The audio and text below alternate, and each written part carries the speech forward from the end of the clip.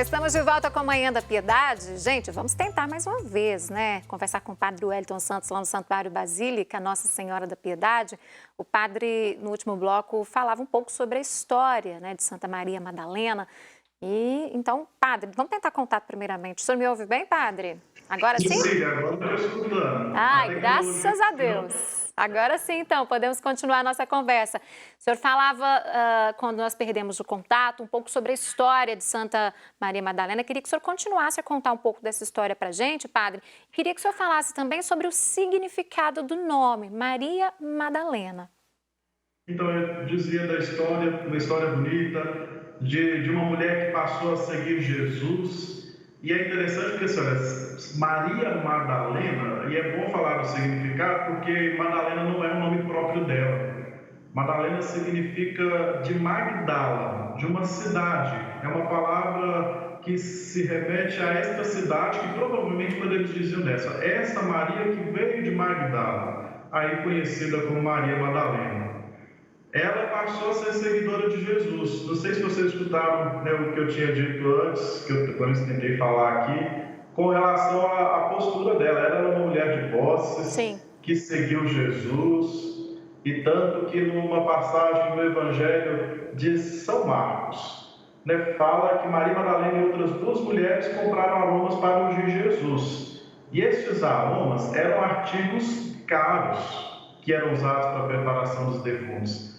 E elas tinham dinheiro para comprar. Aí a gente para, ela encontrou, experimentou a misericórdia de Jesus e passou a segui-lo e colocar os seus bens para ajudar Jesus e os discípulos da missão. Esta Maria, e o nome aí significando, de Magdala, que veio da cidade de Magdala. tá certo, tá aí o significado então do nome. Agora, padre, quais eram as principais características desta santa e características importantes para que agreguemos no nosso dia a dia hoje? Olha, uma característica importantíssima para a gente trazer para nós é fidelidade. Ela experimentou um amor sem medida de Jesus, porque isso a impulsionou a fazer o seu caminho de fidelidade até o fim. Quando os discípulos se dispersaram na hora da cruz, ela estava lá, aos pés da cruz de Jesus. Então a fidelidade tem que ser uma marca a tocar a nossa vida, e era a marca dela, de estar ali presente, na escuta. E foi também, e contam-se alguns históricos, que ela, depois da ressurreição de Jesus e ascensão, ela também foi ser uma propagadora do Evangelho, ela foi anunciar o Evangelho de Jesus Cristo. Então, destacaria a fidelidade como uma virtude para nós repetirmos de Santa Maria Madalena. Repensarmos então em relação aos nossos conceitos de fidelidade, né, com relação ao nosso amor a Deus, em relação ao próximo. Agora, padre, eu sempre ouvi também falar que Maria Madalena foi a primeira a ver Cristo vivo. De fato, isso ocorreu? Aconteceu. É bonito, senhora, a gente dizer dessa fidelidade. Ela foi até o fim, e aos pés da cruz ela estava ali. E ela não se afastou, né, deste momento de dor. Tanto que ela foi a primeira a poder ver Jesus ressuscitado. Porque vai falar que ela, vai falar assim no Evangelho, entre elas achavam Maria Madalena, Maria, Mãe de Tiago, que elas foram logo cedo para poder ir ao túmulo, e quando chega, ela encontra Jesus e fala com Jesus. Então ela é testemunha, tida como a primeira testemunha ocular de Jesus ressuscitado, e ela sai imediatamente, como está escrito no Evangelho de São João, para ir falar com os discípulos que Jesus estava vivo. Aí sai Pedro e o discípulo amado até o túmulo, correndo, é aquela passagem que a gente conhece bem, por causa do anúncio dela. Então ela foi, de fato, a primeira a testemunhar Jesus ressuscitado. E a gente pode falar que ela foi uma apóstola de Jesus, de Cristo, padre? Essa afirmação está correta? É interessante que ela é apóstola dos apóstolos de Jesus, que é uma forma mais correta, porque os apóstolos são 12. Judas, o traidor, e entra Matias no lugar de Judas. Então ela foi uma apóstola dos apóstolos de Jesus. Ela assumiu a sua missão, ela foi anunciadora da ressurreição e depois também junto às comunidades. mas não dizendo assim, olha, ela como apóstola, senão seriam 13, e não são, são 12. Então ela foi apóstola dos apóstolos de Jesus. Agora, padre, o senhor falava lá no início um pouco da vida dela, né? E aí, quando a gente traz um pouco desse exemplo para o nosso dia a dia, nós todos somos pecadores. Mas esse é um exemplo também de vida que a gente pode dizer, olha, posso renunciar ao pecado a qualquer momento? Pode ser, a gente pode seguir ela nesse sentido também? E é bonito trazer isso, Cília, essa reflexão, porque vai mostrar essa realidade mesmo, olha. Quando nós vamos ao encontro de Jesus, nos permitimos chegar ao encontro dele, como fez Maria Madalena, a gente experimenta esse amor que é misericordioso. E se fazemos essa experiência que toca e transforma a vida, aí nós somos capazes de abandonar esses vícios, esses pecados, para ser seguidor de Jesus Cristo, como fez Maria Madalena. Ela se torna para nós, de verdade, bem lembrado por ti agora, como um exemplo para pensar que é possível nós vencermos os nossos pecados para poder ser seguidor de Jesus. É sentir o amor de Jesus como ela sentiu. Nem a cruz foi capaz de afastá-la deste imenso amor. É esse amor que nós precisamos mover, deixar nosso coração irradiar para poder ser seguidor de Jesus Cristo. No caso de Maria Madalena, teve algum fato em especial, Padre Wellington, para que ela decidisse a seguir outro caminho, né? Para que mudasse aí de fato a vida dela? Então, ela foi seguidora. Ela pensar assim, olha, Maria Madalena, quando encontra Jesus, ela toma uma decisão. Ela passa a seguir Jesus Cristo. E faz isso movida por causa dessa experiência do amor. Né, de olhar ali Jesus que misericordiosamente, amorosamente transforma a vida dela. Então é uma inspiração. Quando a gente fala assim, olha, na cruz, lá junto à cruz, só estava Maria, a mãe de Jesus, o discípulo amado e ela. Então havia algo diferente. Maria é o amor de mãe. O discípulo amado é este que Jesus amava muito, que certamente amava muito a Jesus. E ela que experimentou esse grande amor, aí mostra que o seguimento de Jesus, porque a gente enfrenta muitas cruzes, passa por essa vivência do amor.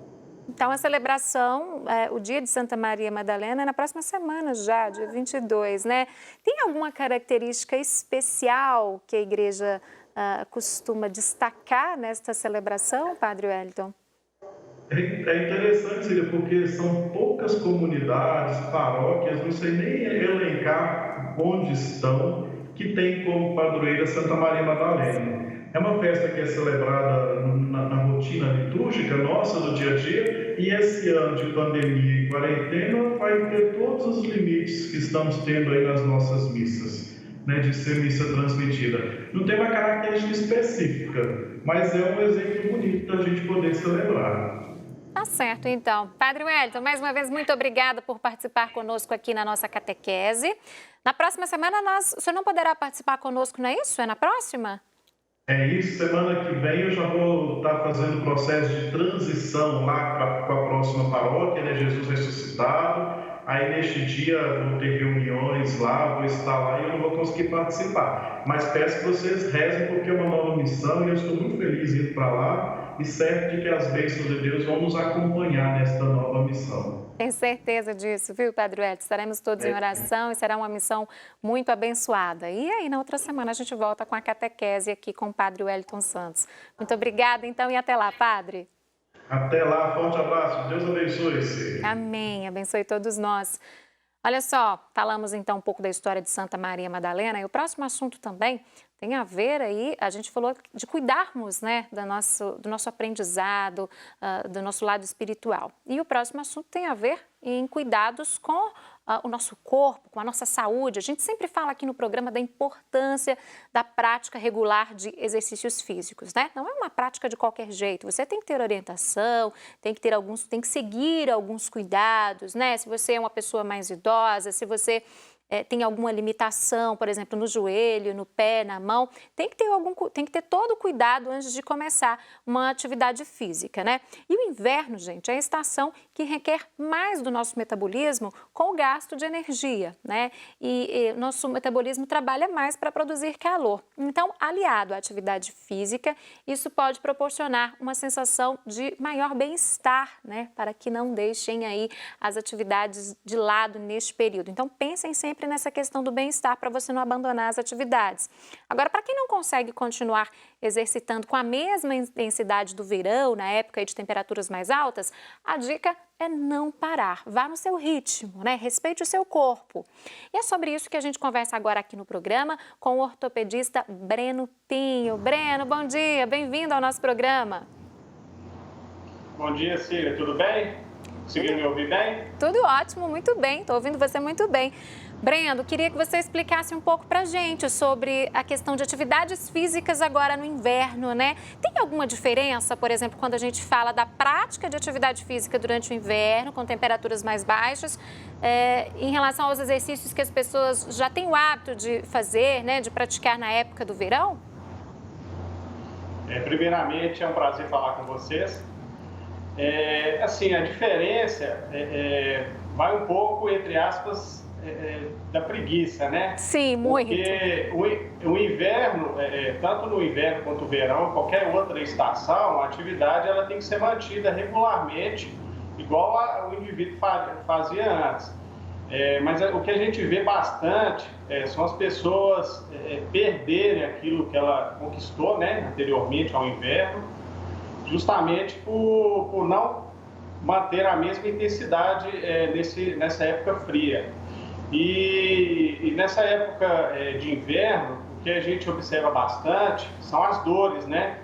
Muitos pacientes vêm queixando dor, tanto dor muscular quanto dores articulares, justamente por interromper a atividade física nessa época do ano mais fria. Tá. Agora, nessa época também, um aquecimento é importante, ou seja, talvez seja até mais importante antes de começar aí essas atividades físicas, Breno, por essas questões que você começou a abordar mesmo, articulares, essas dores que as pessoas sentem? Sem dúvida nenhuma. Os alongamentos, né, aquela fase pré-exercício, ela é importante, tanto no verão, no outono, mas no inverno ela se torna ainda mais importante, porque é no aquecimento ou no alongamento que a gente ativa a musculatura. Eu vou dar um exemplo aqui. Aquela pessoa que gosta de fazer corridas aí de 1 hora, 1 hora e meia, é importante ela fazer uma caminhada antes, de 10 a 15 minutos, justamente para aumentar a circulação no membro e evitar lesões, né? Porque nessa época fria, o que a gente costuma ver bastante são lesões. E uma das causas dessas lesões é justamente a falta do aquecimento, né? A falta do alongamento no pré-exercício. Então é bastante importante a pessoa se alongar, justamente para ativar a circulação sanguínea naquele membro. Fazer um alongamento aí em torno de 15 a 20 segundos para cada alongamento e reservar aí uns 20 a 25 minutos antes do exercício. E pós o exercício também é bastante importante. Então, fazer esse tipo de aquecimento, além de evitar lesões, você consegue praticar o exercício de forma melhor, de forma sem dor, e consegue ter uma performance melhor. Uhum. Você começou a falar da questão de dores articulares, dores nas articulações, né? Eu ouço muito reclamações desse tipo vindo de pessoas mais idosas. Quais são os cuidados, nesse caso, idosos que têm essas dores nas articulações? Quais os cuidados que eles devem tomar? Tem algum tipo de exercício específico para essas regiões, Breno? Isso aí é uma coisa que a gente escuta bastante na nossa prática e na nossa rotina de consultório.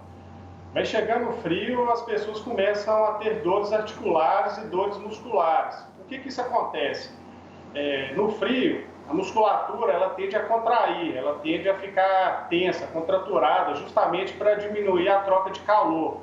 A mesma coisa acontece com os vasos. Eles diminuem o diâmetro, né? Eles fazem uma constrição, eles diminuem o diâmetro, consequentemente chega menos sangue naquela determinada articulação.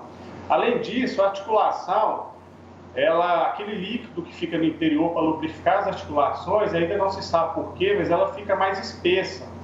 Com isso, a articulação fica mais rígida. Então, esse tipo de queixa não é um mito, não, é uma verdade. O que a gente orienta são as pessoas manterem as atividades que elas faziam anteriormente e, no caso das pessoas mais idosas, aí acima de 65 anos, a gente orienta os exercícios de baixa intensidade, como uma caminhada, de preferência em um terreno regular, sem muita descida, sem muita subida. A hidroginástica também, o exercício na água, é um excelente exercício, principalmente para as pessoas que já têm artrose, artrite. E o Pilates, né? O Pilates também é um exercício em que se alonga bastante, fortalece a musculatura e é um exercício sem impacto. Para essas pessoas mais idosas, o ideal é exercícios de baixo impacto. Uma caminhada ou uma hidroginástica são excelentes indicações. Tá. Agora, Breno, a gente percebe que muitas pessoas estão se exercitando em casa, né, assistindo aulas online nesse período de pandemia. E aí muitas dessas pessoas dispensam também o uso do tênis e acabam ficando ali descalças, né, em cima de um tapete, em cima de algo para dar apoio. Isso pode trazer algum problema para a articulação ou para o joelho da pessoa? Tem algum estudo relacionado a isso? A gente orienta que essas pessoas continuem com os mesmos hábitos que elas tinham, por exemplo, para ir para uma academia, para ir para uma caminhada, usar roupas apropriadas. E o sapato, ele tem que ser um sapato ideal. Não precisa ser um sapato extremamente caro, mas tem que ser um sapato confortável. E a pessoa tem que usar esse tipo de calçado durante a atividade física, mesmo em casa. Então, o ideal é manter os mesmos hábitos que ela mantinha anteriormente. A diferença vai ser, em vez dela sair para uma academia ou para uma caminhada, para uma corrida ou para uma volta de bicicleta, ela vai fazer exercício em casa. Então, ela tem que seguir todas as recomendações, todas as orientações dos exercícios que ela fazia anteriormente. E o uso do calçado é extremamente importante, porque ele dá uma estabilidade melhor, corrige, né? Tem alguns calçados que já corrigem o eixo do joelho. Isso evita dores articulares e a própria pessoa de evitar de se machucar. Então, ela tem que seguir os mesmos hábitos que essas pessoas faziam anteriormente. Tá. Breno, olha só, chegaram algumas dúvidas, na verdade, aqui de telespectadores. A Maria Luísa Guiar, de Contagem, está dizendo que os ombros dela estralam durante atividades físicas e ela quer saber se isso pode ser sinal de algo que está errado. Ela está informando também que não sente dores. Talvez seja também dúvidas de outras pessoas. Isso pode ser um problema sério, doutor? Essa dúvida é uma dúvida bastante comum também. Eu vou só dar o nome do meu Instagram, Cira, Breno Ortopedia. Se as pessoas depois quiserem tirar dúvidas, orientações, eu estou à disposição, tá? Tá bom, você responde por lá. Voltando à pergunta da nossa telespectadora, esse termo estalido, né, o estralo, o termo chama crepitação. É uma situação bastante comum, pode dar em qualquer articulação, tanto do joelho, do ombro, que é essa sensação de estalo, né? De estalido. Isso não é nada mais do que a mudança do líquido sinovial de lugar dentro dessa articulação. O líquido sinovial, como eu disse anteriormente, é o líquido que lubrifica a articulação. Dependendo do movimento articular, esse líquido pode se mover muito rápido. Isso aí gera esse barulho que a gente conhece como estalido. Sem dor, então, é uma coisa sem importância ortopédica, não indica nenhuma lesão, é apenas o movimento do líquido no interior da articulação. Tá, não precisa preocupar. Pode falar. Então, se não sentir dor, não precisa preocupar, mas se tiver dor, aí já é um pouco mais complicado. Se a pessoa tiver só esse barulho, não tem problema nenhum, não tem significância nenhuma.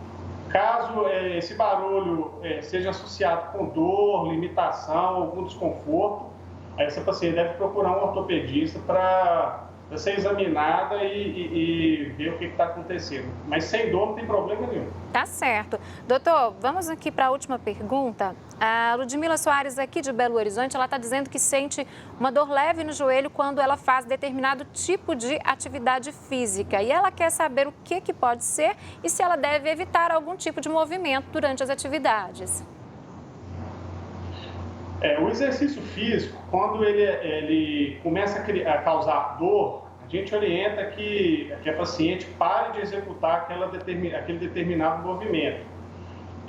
Assim, teria que saber aonde é a localização da dor, mas o que eu posso falar é que o paciente ele deve evitar realizar aquele movimento que está provocando dor. Exemplo, se for uma dor logo abaixo da patela, que é logo à frente do joelho, o paciente deve evitar um agachamento muito profundo, deve evitar exercícios que necessite de se ajoelhar no chão.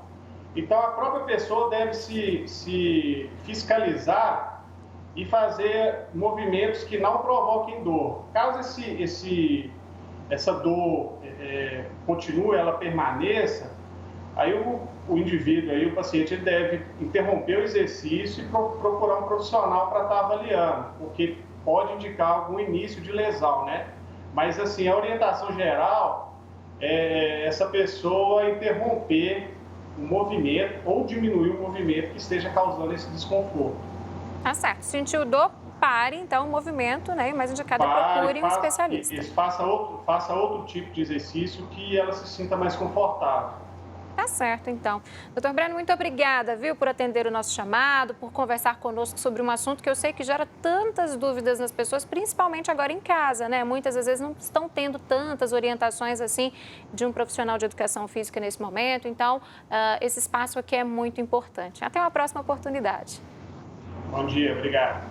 E você aí de casa, continue conosco. Nós vamos para um rápido intervalo. Não saia daí, porque eu volto já.